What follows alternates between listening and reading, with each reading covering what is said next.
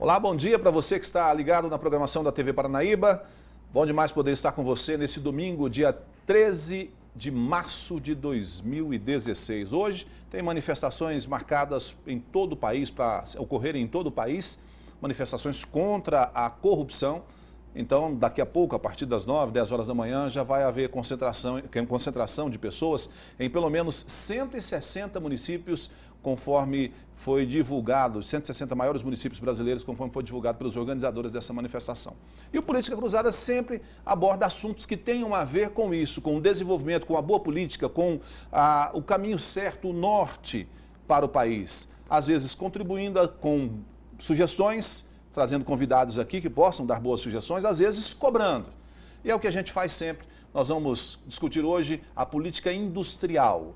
Nós vamos receber para o nosso bate-papo Everton Magalhães, que é o presidente da FIENG Regional Vale do Paranaíba, aqui da nossa região.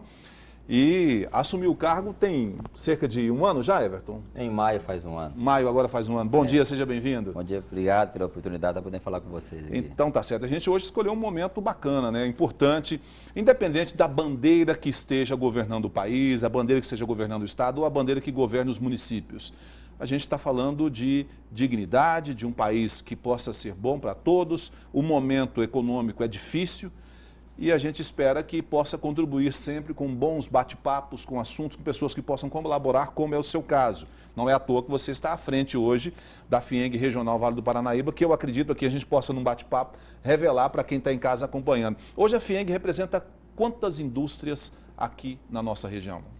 Olha, a FIENG, na verdade, nós temos 10 regionais em toda Minas Gerais. Eu tenho orgulho de fazer parte da Alto Paranaíba, que é a nossa. E nós temos aqui a segunda cidade do estado de Minas Gerais, o segundo PIB do estado de Minas Gerais. Agora, se você falar bem assim, você tem quantas indústrias? Isso altera sempre. 720 indústrias, 800 indústrias, né? Então, quando eu assumi ano passado, eu recebi um relatório que era 780 indústrias em toda a região. E a nossa região aqui da Vale do Paranaíba são 14 cidades, são 14 municípios. Então, é bastante representativa pela região. Porque a região, se não for a mais rica, é a segunda mais rica, a gente pode tratar dessa forma. Ou pelo menos a maior geradora de impostos, né? A segunda maior geradora de impostos do sem Estado. Dúvida, né? Nós somos a segunda. Então a gente tem aí as duas coisas. Implica a geração de emprego, geração de impostos, geração de renda, isso contribui para o PIB do Estado. Então é muito importante. Como é que está sendo vista hoje a situação pela qual o Brasil passa do ponto de vista dos representantes da indústria, do setor industrial? Olha, Henrique, eu assumi em maio, como você falou, em maio do ano passado. Realmente parece que eu entrei numa hora, para mim particularmente falando, muitos problemas, muito aumento de impostos. Tem hora que eu me sinto como um corpo de bombeiro apagando incêndio, certo? Agora, o grande problema nosso hoje, que eu falo para você e para todos que estão nos ouvindo, que o maior problema nosso não é econômico, é político. Nós temos que agir. Eu acho que tem que ter uma condição de resolver o problema político em Brasília. Seja com a presidenta, seja com o presidente do Congresso, do Senado, nós temos que resolver. Porque nós, indústria, que gera emprego, que produz riquezas, que faz tudo, o empresário ele quer investir. Então ele tem que ter ânimo, ele tem que haver horizonte para poder investir. E hoje, nas nossas visões, está tudo escuro. Então qual empresa que vai investir em alguma coisa? Então está muito difícil. E ao contrário, ele está se retraindo. Então eu acho que o problema nosso hoje no nosso país, desde outubro, setembro do ano passado até hoje, é isso. Pergunta muito pra gente, e aí, 2016 vai ser melhor que 2015? Vai, se melhorar a política, se resolver o problema político. Se não, nós estamos atravessando essa fase, quer dizer, começamos em janeiro, folga, fevereiro, agora já estamos em março, e quer dizer, está cada vez mais escuro, mais problemas para nós. Então você não tem receita, você não tem venda, seja na indústria, no comércio, na prestação de serviço também. E o principal, você também não tem crédito. As condições financeiras do nosso país se fecharam, as grandes empresas multinacionais pegam capital lá fora, mas as pequenas, médias e grandes do Brasil não têm capital. Então, quer dizer, a gente está muito preocupado com isso. Então, o que a gente ouve falar, juntamente com o nosso presidente Olavo em Belo Horizonte, é isso. Tem que resolver esse problema político em Brasília, para que nós possamos dar um passo à frente. Bom, ainda falando sobre a nossa regional aqui, nesse período conturbado pelo qual vem passando o Brasil, a gente tem diversas empresas do comércio fechando, demissões de funcionários. A indústria vive a mesma situação? A indústria é hoje algo que pesa muito no CAGED do município. Pesa muito? Tem demitido? Nós temos uma região privilegiada, né? Nós não dependemos somente da indústria. Então, o agronegócio está indo muito bem, o Brasil é muito diversificado. Quando um setor regride, o outro avança. Então, eu vou te dar exemplo, dentro da FIENG, por exemplo, o Sinduscom, construção civil, caiu, mas tem algumas coisas, o TI, a tecnologia está aumentando, investindo. Então, nós, Uberlândia, é a nossa regional, por estar no Triângulo Mineiro, nós temos esse privilégio.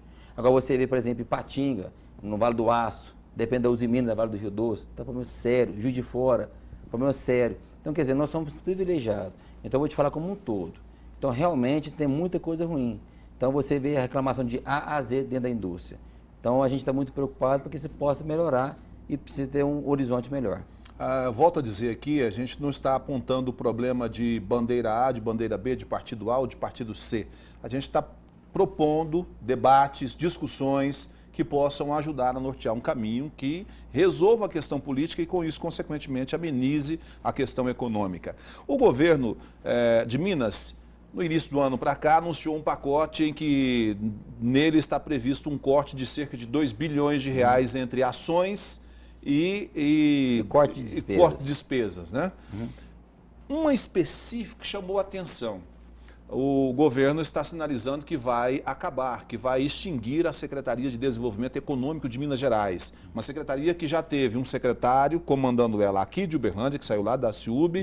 Já teve outro, né, anteriormente, né? Isso. E agora, hoje ela está no comando de o ex-presidente da FIENG, ou presidente licenciado, não sei como é que você está, licenciado. Lá de Uberaba, da FIENG Regional Uberaba, né? E que tem uma importância para a nossa região. Mesmo que seja em Uberaba, não importa, vai trazer indústrias para Uberaba, investimentos para Uberaba, para Uberlândia, para a nossa região de modo geral. E o governador sinalizou que pode, ou que deve, nos próximos meses, acabar, extinguir essa secretaria. Como é que a FIENG encarou essa informação? Vocês já conversaram sobre isso? Já, nós tivemos, semana passada eu tive com o nosso presidente Olavo, nós fomos até o nosso governador, Fernando Pimentel, e tivemos com ele uma preocupação muito grande. O que ele nos explicou é o seguinte, que precisa enxugar a máquina, realmente está tendo muita despesa, e nós empresários industriais, seja da região, como um todo, Uberlândia, Minas Gerais toda, você tinha 3 segmentos, tem o INDE, a CODEMIG e a Secretaria de Desenvolvimento. O INDE, para quem não sabe, é o Instituto de Desenvolvimento da Indústria, né? Que controla todos os distritos industriais de Minas Gerais. No caso nosso aqui, ligado à CODEMIG, né? Nós temos um distrito industrial aqui que é o distrito industrial do Estado, nós temos aqui há bastante tempo. Não municipalizou ainda. Não está municipalizado. Isso. E acabou também, não vai municipalizar mais. Mas vai ser revitalizado agora. Revitaliza, mas vamos aumentar. Estamos brigando com o Marco Antônio Castelo Branco. Deixar claro que, graças a Deus, a FIENG tem 2 cadeiras, junto ao governo do Estado, seria da CODEMIG, que é o Marco Antônio Castelo Branco, ele é vice-presidente da FIENG, e o Altamir Rosto, que é nosso amigo, que era o presidente da regional do Vale do Rio Grande, que é Uberaba, e assumiu a Secretaria de Desenvolvimento. Então, ele alega para nós o seguinte, que vai enxugar, mas que não vai piorar, pelo contrário, vai melhorar. Então, todo industrial de Minas Gerais que vai em Belo Horizonte vai ter um lugar só, está centralizando, para cortar despesa tudo. E transferindo, e olha bem, porque eu entendi juntamente com o nosso presidente Olavo, ele está transferindo um pouco a responsabilidade para a CODEMIG. Aí eu disse, governador, mas já está aumentando um pouco a responsabilidade, porque é o seguinte, a CODEMIG é o único órgão do Estado hoje que tem dinheiro. Portanto, ele vai revitalizar todos 10 distritos industriais de Minas Gerais. Portanto, de Uberlândia é um deles. Graças a Deus, com muita luta, nós conseguimos. Então, quer dizer, o senhor está aumentando a sua responsabilidade, porque lá o senhor não vai poder falar não, porque lá tem verba. Então, quando ele ia na secretaria, não tinha verba, tinha que pedir bênção, entre aspas, para o senhor. Então, não, mas vocês podem ficar tranquilos, porque é questão de contenção de despesas e vai melhorar. Mas então, extinguindo essa secretaria, vai acabar com os cargos comissionados e quem é concursado de lá, vai para onde? Não, tem que acabar. Quem é concursado não demite. Mas o concursado é transferido, mas os cargos de confiança são eliminados. Eu acho... Vai eliminar? Presidente? Tem que eliminar. Rick, deixa eu te falar. Aí a FIENG é uma bandeira neutra. A gente não tem preocupação se é partido Z, A ou B que está no governo.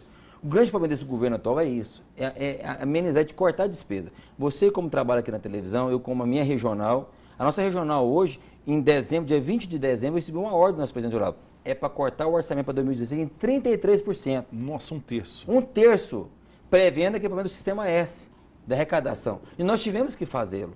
E fizemos. Então, não só eu, as 10 regionais. O governo hoje nosso, seja municipal, estadual e federal, sabe da situação, a crise que estamos vivendo e não corta nada. Ele quer transferir a responsabilidade para nós que pagamos impostos. Quer aumentar impostos, quer aumentar CPMF, mas o dever de casa ele não conclui.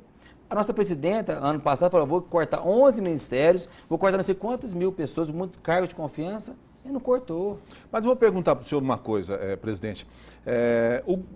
Eu também preciso olhar do ponto de vista do governador. Às vezes eu confronto, às vezes eu ajudo. Sem dúvida. O que eu faço, permito o jargão, o advogado do diabo. Né? O governo fala que sem imposto, sem dinheiro, não tem como administrar. E aí? Vou te falar um português comum. Se você ganhar R$1.000 de salário por mês, você tem que gastar R$1.000 com a sua família. No máximo, né? Se você ganhar R$30.000... Não poderia gastar os R$1.000, eu teria que gastar 800 e ter uma economia, né? Se você ganhar R$30.000, você tem que gastar os R$30.000.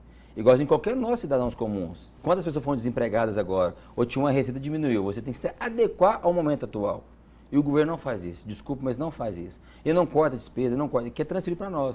Nós tivemos uma luta muito grande no final de 2015, junto ao governador Pimentel, e graças a Deus a conseguiu, igual a Ambev aqui em Uberlândia, ele ia aumentar de 18% para 36% do ICM da cerveja. O presidente da Ambev me ligou e falou, presidente, eu vou embora, vou levar as 4 fábricas de Uberlândia. Nós tivemos lá, batalhamos, e de 18 passou para 23 e até 25, reduzimos e conseguimos manter. E a Ambev com a segunda etapa dela, com 60%, ainda faltando 50%. Vai ser a maior fábrica da América Latina de cerveja. Então, eles conseguimos. O pessoal da confecção provou para o governo também que não adianta ele aumentar imposto, 17%, 18%. Ele passou o imposto da confecção a nível estadual para 2% do faturamento. Ele cortou crédito e débito e vai receber 2%. Provou para ele que vai aumentar a arrecadação. Eu acho que o governo tem que entender isso. Não é só taxar o aumento de impostos. Vocês têm sido parceiros nessas discussões para apresentar esses caminhos? Sem dúvida, reuniões constantemente com o governo. E até digo para você, o governo Pimentel tem nos ouvido. Ele tem nos ouvido. O secretário da Fazenda tem nos ouvido. Então, o José Bicalho, ele tem acompanhado a gente. Mas só que é o seguinte, não adianta você chegar lá para falar sem documento, sem prova. Você tem que provar para eles que eles estão errados e tem que mudar. E conseguimos. O caso dos atacados aí, nós tivemos que nos retrair porque o atacado não pertence à indústria, né? Pertence ao comércio. Mas vocês foram lá fomos fazer juntos, voz, fazer conversamos, força. sem dúvida. Nós Fazer tivemos um coro. almoço, em dezembro, nós tivemos um almoço como governador, lá no Palácio da Liberdade, um almoço com o presidente Olavo e os 10 presidentes das regionais. Eu levei 2 casos para o governador, a Ambev e os atacados. E eu acho que pouco ele ouviu, mas conseguimos resolver 100% a Ambev e um pouco os atacados. E os atacados, como é que vai ficar essa situação? Está resolvida? Essa substituição tributária, essa antecipação de receita Está complicado. Para compensar depois? O problema é que, assim, falando assim mais claramente para o nosso ouvinte, a Ambev é 2 itens, é cerveja e refrigerante. O atacado é 1.000 itens. Então, o grande problema do atacado é esse. Ele compra do Rio Grande do Sul, ele compra do Mato Grosso, ele compra do Norte, do Nordeste. E chega aqui. E essa crise, essa briga... E cada um desses estados tem uma tributação. Justamente. Então, essa briga entre os estados é que tem que acabar. O dia que monopolizar, fazer um imposto só, único, para o Brasil, acaba toda essa briga. Mas, Everton, você acredita realmente que vai ser possível? Porque, olha, eu era adolescente, eu não sou muito velho não, mas eu não tenho vergonha também de revelar a minha idade. Eu era adolescente, eu tenho 41 hoje, e eu ouço falar dessa briga desse ICMS. É complicado, porque aí depende de Brasília. É porque aí as potências estaduais, às vezes, né, não posso falar diretamente, mas façam com que alguns dos nossos representantes votem contra. Eu acho que nós, brasileiros, temos que começar. Eu acho que essa mudança que está tendo... São Paulo é o único que se é beneficiado pelo modelo que está aí hoje. Eu acho difícil. Mas é porque o Estado de São Paulo importa pouco. Ele São Paulo exporta... tem tudo, praticamente. Ele exporta 90%, importa 10%. Minas, nós importamos quase 50%. A gente faz o tempo todo. O que a gente produz aqui manda, o que não produz traz. É a grande diferença do Estado. Então, e essa briga... E outra, nós do Triângulo Mineiro, nós estamos com outro problema sério. Nós estamos 100 quilômetros de Catalão, 120 km de Tutaba, de Tumbiara, estamos a 100 km da divisa, 120 km de São Paulo. Então nós estamos assim, muito cogitados. Não, qualquer problema, não muda para cá, vem para esse estado aqui eu te dou esses benefícios, coisa que o estado de Minas não está dando. É o que a gente fala muito sobre o álcool. O setor aqui já teve em alta, está em baixa, depois teve em alta, está em baixa, agora o álcool subiu de novo o valor. Mesmo tendo aquela mas aquela por causa revisão. do dólar é por causa das exportações. Tudo bem, mas a gente está muito... São Paulo sofre menos com isso. Quem mora em Uberaba, nossa vizinha aqui, a cidade muito boa, gosto muito de Uberaba, pega o veículo, atravessa a ponte, abastece de lá e volta. Mas eu tive um álcool muito eu tive em mais Uberaba barato. anteontem e eu conversei com o presidente do sindicato deles. Ele falou, o problema é o seguinte, que está acabando a safra, esse momento eu falei assim, gente, eu acho que vocês, para mim, consumidor comum, foi dito ao governo, vamos aumentar o preço da gasolina, porque vai aumentar o ICMS da gasolina. O álcool não. A gasolina subiu, vocês subiram junto.